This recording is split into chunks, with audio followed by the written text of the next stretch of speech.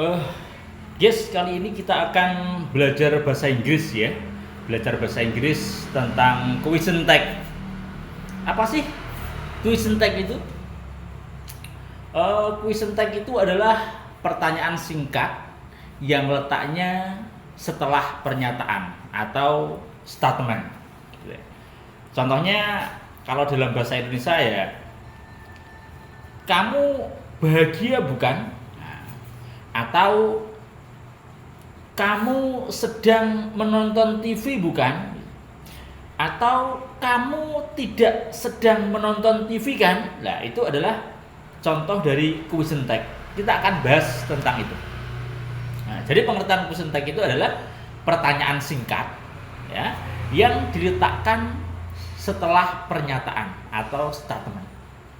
Nah, kalau dalam bahasa Inggris ya, you are not student, are you? Kamu bukan seorang murid kan? Nah, seperti itu. Atau you study English every night, don't you? Kamu belajar bahasa Inggris setiap malam, bukan? Nah, itu adalah contoh-contoh dari question tag yang akan kita pelajari malam hari ini.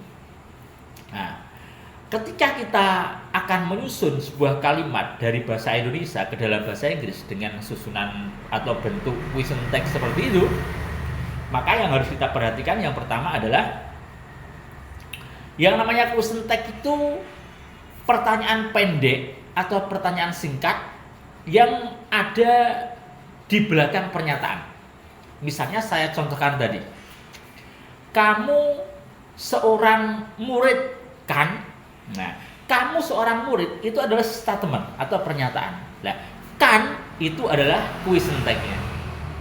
Kamu bukan seorang murid kan? Nah, kamu bukan seorang murid itu adalah pernyataan. Question tag-nya adalah kan. Kamu seorang murid bukan? Nah, kamu seorang murid itu adalah pernyataan.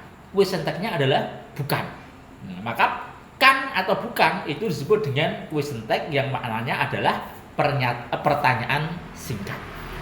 Nah, ada beberapa hal yang perlu kita perhatikan ketika kita ingin menyusun sebuah question tag dalam susunan bahasa Inggris. Yang pertama adalah question tag selalu didahului oleh pernyataan. Misalnya, kamu sedang makan nasi bukan? Nah, jadi kata bukan itu nggak mungkin berdiri sendiri, moro-moro bukan itu enggak. Jadi itu maksudnya question tag selalu didahului oleh pernyataan. Jadi nggak mungkin langsung question tag. Kan? Nggak mungkin. Bukan? Nggak mungkin. Tapi ada pernyataan sebelumnya. Kalau kan itu pernyataan sebelumnya adalah kalimat negatif. Kalau bukan itu pernyataan sebelumnya adalah kalimat positif. Jadi yang pertama yang perlu kita perhatikan ketika kita itu ingin menyusun sebuah question text, itu yang pertama adalah bahwa question tag itu selalu didahului oleh pernyataan. Itu yang pertama yang perlu kita perhatikan. Yang kedua adalah question tag selalu melibatkan auxiliary atau kata kerja bantu. Kata kerja bantu itu adalah bentuk yang kita anggap kata kerja, tapi dia tidak berperan sebagai kata kerja asli. Dia nggak punya makna, dia hanya sebagai pelengkap atau pelengkap saja dalam sebuah kalimat. Ya, auxiliary atau kata kerja bantu itu bisa dalam bentuk to be, ya, bisa dalam bentuk to be. Kalau present to be-nya ya is am, kalau past ya was were, gitu ya. Kemudian ada yaitu to be, ya. Kemudian selain to be, auxiliary itu bisa dalam bentuk do atau does, atau did, atau have, atau has, atau will. Nah, itu adalah macam-macam dari auxiliary. Dan question tag itu selalu melibatkan auxiliary. Di dalamnya terdapat auxiliary. Question tag bukan pernyataannya ya, bukan statementnya, tapi question tag-nya. Contohnya adalah you are student, are you? Kamu seorang murid bukan? Lah, di situ ada aren't you? Nah, aren't you? Are not you? Lah, are di sini sebagai auxiliary. Walaupun statusnya sebagai ordinary ya, tapi kita masuk R-nya itu kita identikan dengan auxiliary, di mana question tag pada bagian yang kedua ini question text selalu melibatkan auxiliary atau kata kerja tadi. Kemudian yang ketiga, kalau pernyataan dalam bentuk kalimat positif, maka question text-nya dalam bentuk kalimat negatif. Dan demikian pula sebaliknya. Pernyataan misalnya, kamu seorang murid. Ini adalah positif. Maka question text-nya dalam bentuk negatif. Kamu seorang murid. Positif. Maka question text-nya adalah bukan. Kamu seorang murid. Bukan. You are student. Aren't you? Nah, aren't you ini adalah negatif. Karena apa? Karena pernyataannya positif. You are a student. Demikian pula sebaliknya. Kalau pernyataannya dalam bentuk kalimat positif, kalau pernyataannya dalam bentuk kalimat negatif, maka question text-nya dalam bentuk kalimat positif. Contohnya, you are not a student, are you? Kamu bukan seorang murid, kan? Nah, pernyataannya adalah you are not a student. Kamu bukan seorang murid. Maka question text-nya adalah are you? Nah, kan? Nah, jadi kalau misalnya question text itu pernyataannya dalam bentuk kalimat negatif, maka question text-nya dalam bentuk kalimat positif. Demikian pula sebaliknya. Kalau pernyataannya dalam bentuk kalimat negatif, maka pernyataannya positif. Kalau kalimatnya kalau pernyataannya dalam bentuk kalimat negatif, maka question text-nya dalam bentuk kalimat positif. Kalau pernyataannya dalam bentuk kalimat positif, maka question text-nya dalam bentuk negatif. Kemudian yang keempat, jika pernyataannya dalam bentuk kalimat positif, maka question text-nya dalam bentuk kalimat negatif.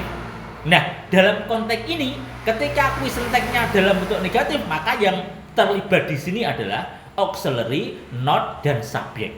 Contohnya, you are a student. Aren't you? Nah, aren't you ini merupakan kombinasi dari are yang notabene adalah auxiliary, ya, dalam hal ini ada ordinary, kemudian not dan you. Nah, auxiliary atau are dan not ini dalam question text harus digandeng, tidak boleh dipisah. Jadi harus digandeng.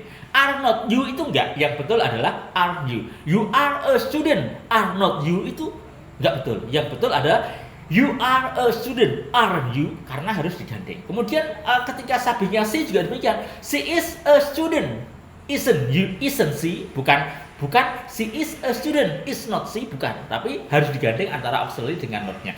She is a student, isn't she? Nah, seperti itu. Itu adalah bagian keempat yang harus kita perhatikan ketika kita belajar tentang question text. Kemudian yang kelima, jika pernyataannya dalam bentuk kalimat positif, maka question text-nya dalam bentuk kalimat negatif dengan menggunakan auxiliary dan not. Nah, dan khusus jika subjeknya adalah I dan tensesnya adalah present, maka dalam question text ini tidak menggunakan to be am. Kalau misalnya present tense kan to be-nya subjeknya I kan to be-nya am gitu kan. Tapi dalam question text, maka I ini ketika dalam question text negatif kan melibatkan subjek, ya kan, yang notabene adalah I, kemudian am dan not, gitu ya. Sementara am dan not itu nggak bisa digandeng. Maka alternatifnya adalah ketika subjeknya I, maka M-nya itu dirubah, itu tidak menggunakan, ketika subjeknya I maka tidak menggunakan to be am, tapi pakai are. Karena M nggak bisa digandeng dengan not, maka diganti dengan are. Tapi konsep ini hanya berlaku dalam tenses present yang question text. Ya, jadi I itu kan gandeng to be-nya adalah M, tetapi dalam question text karena M itu nggak bisa digandeng dengan not, maka M-nya diganti dengan are, sehingga aren't I. Nah, sehingga aren't I nggak boleh am I karena M nggak boleh diganti dengan not. Jadi khusus dalam konteks di mana question text pernyataannya dalam bentuk positif, kemudian question text-nya kan negatif. Bila subjeknya I, maka kan to be-nya M idealnya. Tapi karena M ini dalam question text harus digandeng dengan not dan M nggak bisa digandeng dengan not, maka dalam konteks ini M diganti dengan are, khusus dalam konteks ini. Kemudian yang terakhir, auxiliary yang digunakan menyesuaikan tensesnya. Auxiliary yang digunakan menyesuaikan tensesnya. Jadi setiap tenses kan memiliki auxiliary yang berbeda-beda. Ya. Bahkan dalam tenses present sendiri, present tense misalnya, itu auxiliary, ya, auxiliary-nya ya beda dengan present continuous. Misalnya seperti ini. She close the door every night.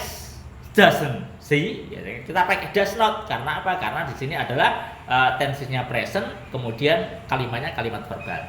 Tetapi ketika tensesnya berubah, ya, menjadi present continuous misalnya, maka akan berubah she is closing the door, no, isn't she? Ya, nggak pakai does lagi, tapi menyesuaikan dengan tensesnya auxiliary-nya. Kemudian contoh berikutnya adalah ketika dalam tenses past tense. She closed the door yesterday, didn't she? Nah, berubah lagi pakai auxiliary did. Ketika tensesnya adalah present continuous, maka berubah lagi. She was closing the door yesterday morning, wasn't she? Nah, kemudian ketika tensesnya berubah jadi present perfect, ya berubah lagi. She has studied English for a year, hasn't she? Misalnya seperti itu. Ya. Jadi itu adalah tentang question tag, di mana question tag itu adalah pertanyaan singkat yang diletakkan setelah pernyataan atau statement, di mana ketika kita ingin menyusun question tag, maka minimal ada 6 hal yang perlu kita perhatikan tersebut. Di sini saya tidak bisa memberi contoh, saya hanya menyampaikan secara teori saja. Dan untuk lebih jelasnya, ketika misalnya Anda ingin belajar lebih dalam tentang bahasa Inggris, maka bisa datang di Liverpool Institute yang terletak di Desa Sido Bandung, Kecamatan Balen, Kabupaten Bojonegoro. Di situ saya akan menjelaskan secara singkat tentang materi-materi yang bahasa Inggris secara praktis gitu ya. Cuman nanti kalau datang itu kita bisa praktek, bisa melihat penjelasan saya tidak hanya melalui lisan saya, tetapi juga melalui tulisan-tulisan yang saya tuliskan sebagai bahan untuk membackup penjelasan saya, sehingga bisa dengan mudah materi-materi bahasa Inggris itu untuk dipahami.